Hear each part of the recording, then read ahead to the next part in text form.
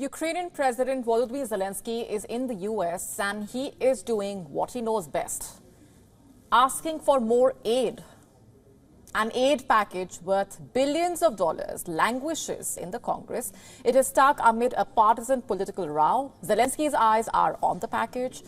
In fact, he addressed the US military officers at the National Defense University in Washington and he received a standing ovation for it. What did the Ukrainian president say? He rebuked the Republicans who are standing in the way of the aid delivery. He said this delay is a dream come true for Vladimir Putin.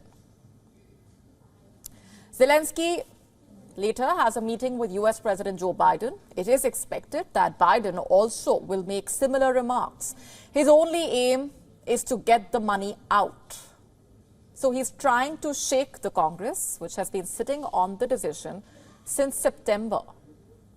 US lawmakers, however, are not convinced to shell out more funds for Ukraine, and Biden has also warned that money for military and economic assistance to Ukraine has all but run out. Arms packages for Ukraine have already been shrinking. But you see, Zelensky's wish list is never ending. This, by the way, is his third trip to the US since the war started, and all he has done is ask for more. But my question here is, where is all the military aid going? We certainly cannot see any advancement on the ground. The counteroffensive has largely failed. So what explanation does Ukraine really have? You see, since Russia's invasion in February 2022, Ukraine has received $230 billion in aid. This includes humanitarian, financial, military support. The US has sent some $75 billion so far. Another package worth $60 billion is currently stalled in the Congress. The EU has pledged about $91 billion. The UK has sent some $15 billion. The war has been going on for 657 days. Ukraine has received over $230 billion.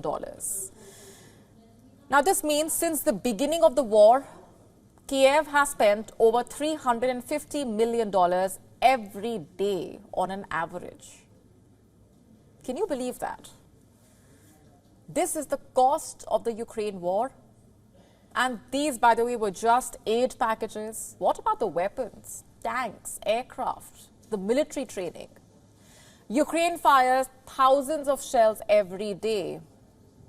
Most now come from the NATO. NATO's most senior military official, Rob Boyer, has said that the bottom of the barrel is now visible. Ukraine, however, is acting like a bottomless well.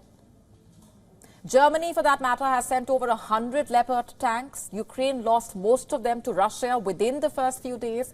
Norway and Denmark have sent F-16 fighter jets. The UK is training 30,000 new and existing Ukrainian personnel.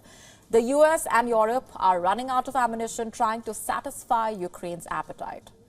But it seems like they are not even close. You see, Ukraine keeps asking for more. But then, where is the accountability? What is Kiev actually doing with all that military assistance?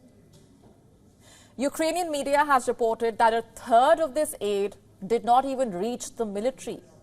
A third of it. But where did it even go? In the pockets of corrupt officials, is it? Zelensky is trying hard to stamp out corruption in his government. Last month, he fired 2 top cyber defense officials. Before that, he fired all regional military recruitment bosses. Why were they removed from power? Was it because of the rampant corruption? There are enemies across the border, and then there are enemies within the government. So can any amount of aid really help Ukraine's cause? WION now available in your country. Download the app now. Get all the updates on the move.